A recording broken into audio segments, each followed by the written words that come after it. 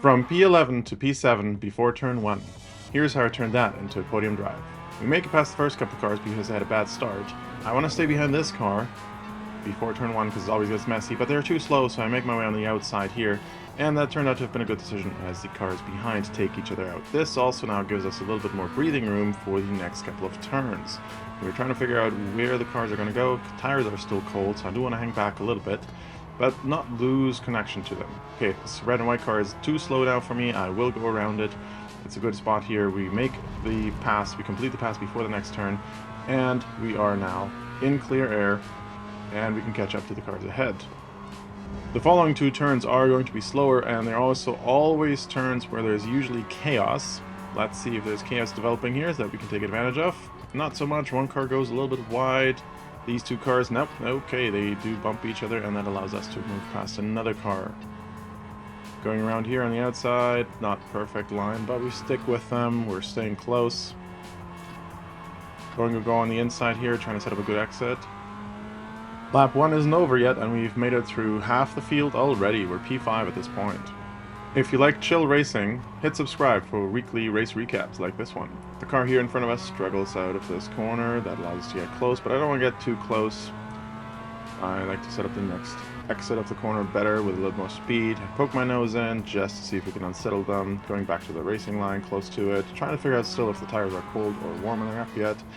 Making our way through cautiously, giving them space in case something happens we can take advantage of. And we're back to the straight. Alright, the tires are fairly warm now. We should be able to get racing now.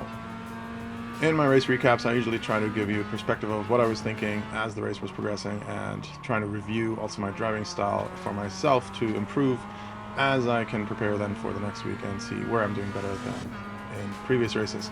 Again, trying to poke my nose in, seeing if we can unsettle the car, forcing them to make a mistake. We're not really compromising our exit too much here because the next one I know I can get closer again, especially through these sort of left turns that are coming up now. I can be fairly close to them, and I can go on several different lines. I've practiced several different lines through here, so I'm confident on this particular part of the track. Braking on the next one is interesting. Again, trying to see if I can keep it tight, staying with the car, but also trying to go wide and then bringing it in tight. I've seen different lines here and tried out different ones. There we go. There's a mistake. They've hit the curb a little bit too hard, and that made them spin around. We are now in P4. Now we can also catch up to the cars ahead. This is a good one. On the other hand, now we're being overtaken. We were too slow behind that car that just spun themselves out, so now we're going to let them overtake us and see if we can follow them. If they are a faster driver, I like following faster drivers because that allows me to see different lines, which then helps me learn different lines that are faster than the ones I'm taking, and that improves my racing. As this season is coming to an end, I think I definitely will continue with the Mazda, but I'm also going to go into the BMW and some of the GT4 cars. I've been practicing with one of the GT4 cars for quite a while now. I do feel I'm getting close to the point of comfort where I think I should be able to drive more or less safely around other human beings in iRacing, so I'll give GT4 cars a try as well. And some of the mixed classes look very interesting as well to get into the C-class driver's license for iRacing.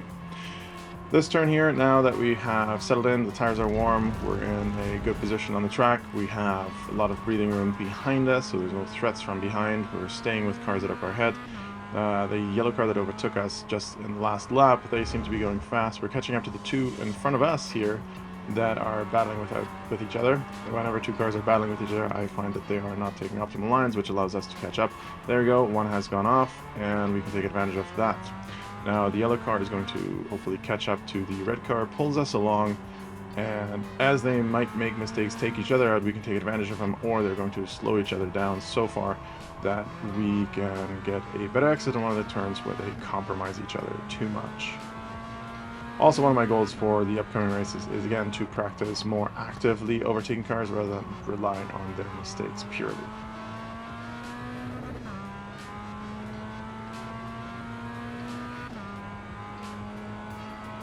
I do try to not turn this into a very lonely race, so I'm trying to stay with the cars ahead, but also trying to figure out what should I be doing here. Winton is one of those tracks where I'm not necessarily sure how many overtaking opportunities there are that I can force at my skill level at this point in time, so I do have to be very strategic about this. And some of that thinking and that relaxation phase that I'm entering now is allowing me to think about where can I gain, where can I keep up with them, where do I lose position, where do I lose time, rather not position, where do I lose time compared to the cars ahead, and where are they struggling, where are they making mistakes that I should be close to them in case they do make a slightly larger mistake than they've been making previously. So that's what I'm trying to watch here while staying close with them and going through these turns smoothly and safely. There you go, the yellow car has perhaps stuck its nose in a little bit, trying to see if they can unsettle the red and white car in front of us here. And now I'm staying close with them because these are usually turns where people do spin out at these slow corners here. Trying to ride a good line, trying to go wide, trying to go back to the outside, trying to bring it back in. Bigger turns, bigger circles means going through it faster rather than braking and slamming on the brakes too quickly. That's what I've been trying to practice for this particular part of the racetrack. It doesn't work on the exit of that last one before this particular straight, so I have to improve that one and watch more race recaps and track guides from other YouTubers before I can figure out how to go through here. I usually lose about half a second, 4/10 on that last turn. Even if my lap time is better than my previous best lap times by 6/10, 7/10, I lose pretty much most of that in that last turn before that little straight there. That's why I love these race recaps for myself. I can review my racing, I can improve.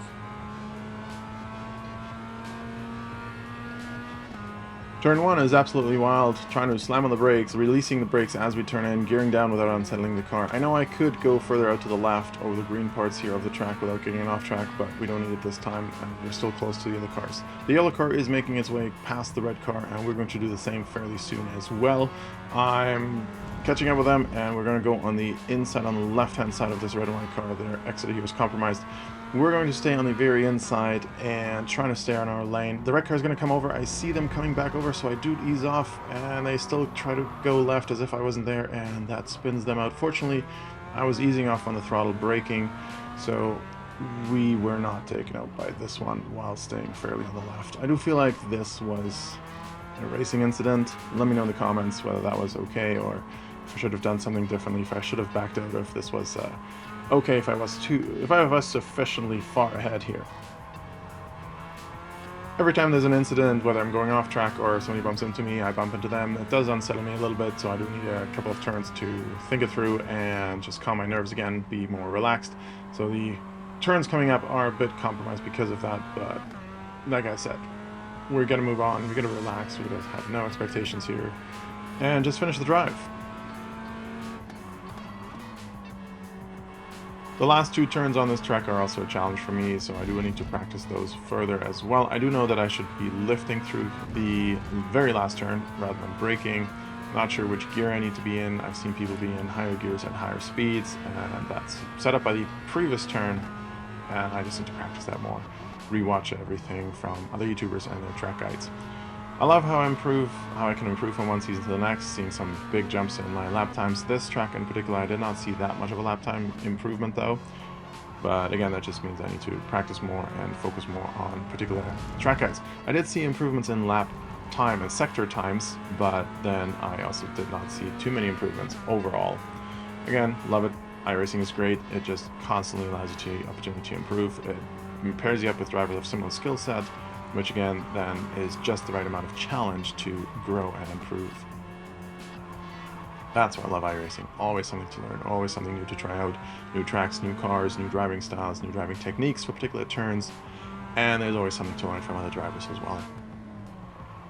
And just one last time, if you like these kind of chill race recaps, or you just want to follow along my journey in iRacing for the next couple of months, years, as I get better at iRacing, as I try different cars, as I get better at making YouTube videos and audio editing and sound editing, do hit that like and subscribe button. It does help the channel grow. Would love to have you on board.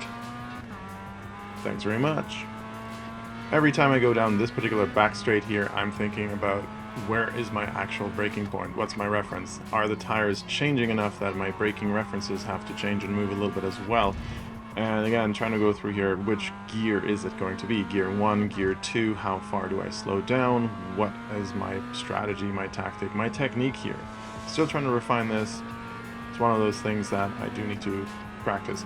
That's why I like also using the reset button in the test drives, where you can click a button and then you click another button and it just brings you back to the point where you click the first button, so you can practice the same turn over and over again. The last one is one of the ones where I do need to do this more often. Here, these particular parts of the track, I'm improving. This corner, the next 2-3 corners, I'm going through it faster. Usually half a second to 0.8, 0.9 seconds faster than my previous fastest lap, and then I lose it in the very last tight corner coming back out of these particular tight turns here. So again, some turns I get better, some turns I go slower. It's just a practice thing, and depending on which techniques I've been practicing. So I just do need to review everything. It's a lot of fun learning all these different techniques and driving styles. Yeah, this one here is one of the ones I'm struggling with. The different references from different track guides do make a difference, but I just have to figure out which one works for me while still going fast. That corner too is a tricky one. I should have been more on the outside. There's more room there. There's a curb that is there for use. I just can't see myself getting there just yet with the way I'm entering the corner and where I'm braking and how fast I'm braking. Another thing that I've noticed and I was trying here is braking less firmly. So coasting more, keeping more speed and momentum going into corners. I've seen that several other YouTubers do it this way, and also track guides and tutorials from people where they do say, carry momentum on this particular car is a good thing. We do see another car up ahead now, so again, the chase is on. There's hope that we could catch up to them.